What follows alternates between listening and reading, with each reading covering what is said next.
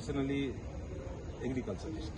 আচ্ছা, তো দুটো সামান্য কোয়েশ্চেন জিজ্ঞেস করবো। আপনার কি মনে হয় যে এবার যে ইয়াং জেনারেশনরা ভোটিং দিচ্ছে তাদের আপনার মতে কি আপনি বলতে চান তাদেরকে?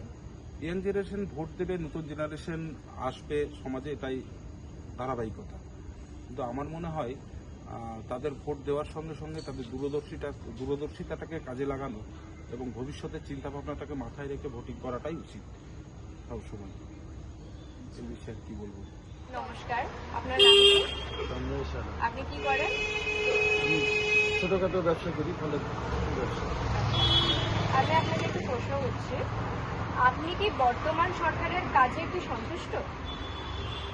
সরকারের কাজে মোটামুটি সন্তুষ্ট, কারণ দেখুন সরকার কাজ করবে ভালো মন্দ মিলিয়ে, কিছু ভুল কিছু ঠিক সব মিলিয়েই চলবে। তবে মোটামুটি কাজ খারাপ করেনি, ঠিকই করেছে, মোটামুটি ঠিকই করেছে।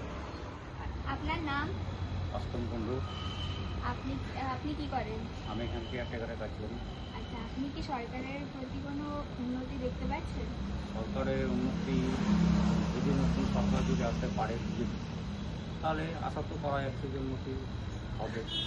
কি কি উন্নতি আপনি দেখতে চান? এখন উন্নতি আর কি, এইসব মানে যত সব আছে ধরো এইসব গরিব গরিবদের যা হোক কিছু উপলব্ধ করবেন, আর বাকি যা আছে সেগুলো যদি আসে তাদের ভরসা নেই। আপনার নাম? আমার নাম গণেশ চৌধুরী, আপনি কি করেন? আমি ড্রাইভারি করি। আপনাকে কয়েকটা ছোট প্রশ্ন। রাজ্যে কি সত্যি উন্নয়ন হয়েছে বলে আপনি মনে করেন? সোজা প্রশ্ন। না, না। আচ্ছা, ভোটারের কি এখনো আবেগ ভোট দেন নাকি বাস্তব উন্নয়নকে বেশি গুরুত্বপূর্ণ দিচ্ছে? বাস্তব উন্নয়নকে বেশি গুরুত্বপূর্ণ দিচ্ছে। আচ্ছা, পরের প্রশ্ন, বর্তমান সরকারের কাছে আপনার ব্যবসায়ের জন্য ভালো কাজ করেছে বলে মনে হয়? না। আচ্ছা, ঠিক আছে, ধন্যবাদ। আপনার নাম কি? আমার নাম মানিক দাস। আর আপনি কি কাজ করেন? ওই ঝাড়ুদারের কাজ করি। আপনাকে দুটো প্রশ্ন করা হবে। হ্যাঁ। প্রথম প্রশ্ন হচ্ছে,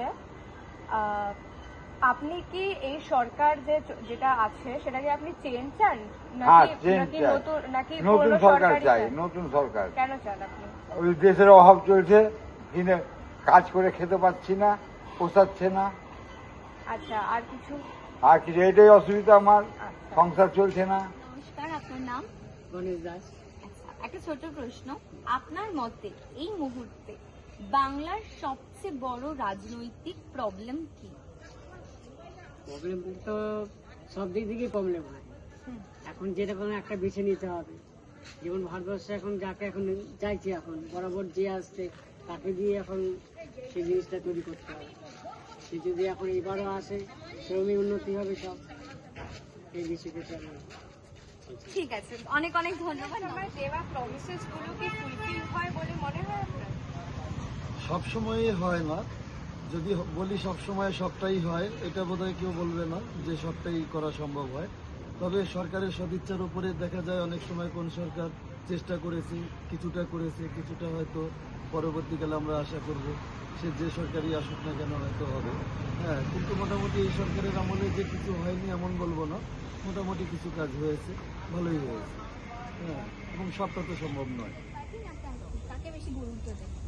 আমার মতে অবশ্যই পলিটিক্যাল পার্টিকে গুরুত্ব দেওয়া বেশি উচিত।